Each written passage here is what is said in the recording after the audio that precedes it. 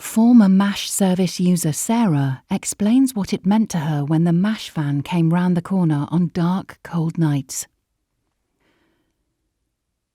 I absolutely hate the cold, so standing on the streets of Manchester on freezing nights isn't somewhere I'd ever choose to be. It was a downward spiral that led to me being on those dark corners. I had a bright future ahead of me in my early 20s and I'd started a university degree. But struggles with my mental health on top of several traumatic things happening to me, including sexual assault, saw me turn to drugs as a way to cope. I quickly became addicted to heroin and crack. Looking back, I'd never found a way to talk about the things that had happened to me. I'd suppressed a lot and almost become numb.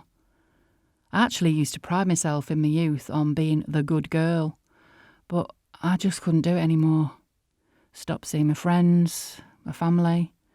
I was completely displaced, detached, and alone.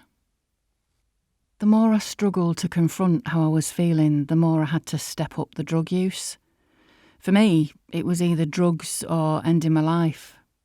I describe it as having an unhealthy relationship with the world. In my mind, I needed the drugs to stay alive. I'd gone from living a relatively normal life to my whole existence being about feeding my habit. I had to do sex work to earn money to pay for my drugs and keep my existence going. I'd opted out of life and I wasn't ready to come back. I used to work on the beat near Piccadilly Station. I remember seeing the MASH van and I didn't understand who they were at first and why they were being nice. I assumed they must want something from me. But I quickly came to see the MASH team as a single light in my darkest times. MASH was the only friendliness I had in my life. At the time, I don't think I quite realised the impact they had on me. They gave me free condoms, hot brews and sweets. It doesn't sound like much, does it? But it really was. I wouldn't have spent my own money on condoms, so they made sure I was safer. A cup of coffee was so much more than a hot drink. In fact, one of those coffees once saved me from being raped. I was able to throw it in the attacker's face and flee.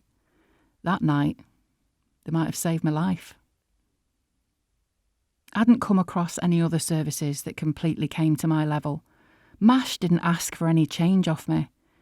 That still stands out to me as really unique. They also handed out dodgy punter reports. I was shocked and terrified by what I read the first time I was given one.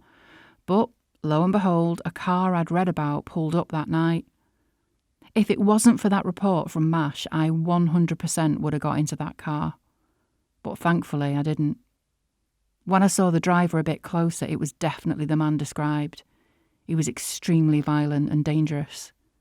MASH saved me that night too, I'm sure of it. For a decade of my life, I was in this chaotic turmoil. Sex working, moving on to drug dealing, and finding myself back on the streets working. I didn't experience hitting rock bottom like some people talk about, but I basically drove myself to despair. I think of addiction like hanging onto the bumper of a car. It got to the point where I couldn't hold on anymore. I ended up in rehab, completely in bits. I didn't know about getting clean then and had no intention of doing so. I just thought maybe I could save some money and get back out there. I remember being asked my history when I was being assessed for rehab. The worker asked me outright about sex working and I felt winded with shame. I didn't want to tell this lovely woman what I'd done. But bit by bit, I progressed. After rehab, I moved into supported housing, spent some time in recovery, then actually ended up volunteering at the same rehab I'd been in. It was a really special time. But fast forward, and the woman who I mentioned from rehab is now a huge support and close friend.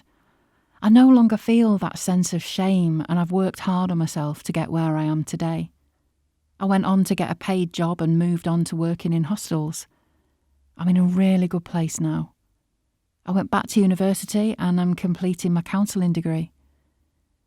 I still think about MASH sometimes and the impact everyone there had on me. It's amazing to know they're still out there and that they do so much more than I realised for women who are sex working and maybe have been down a similar spiral to me.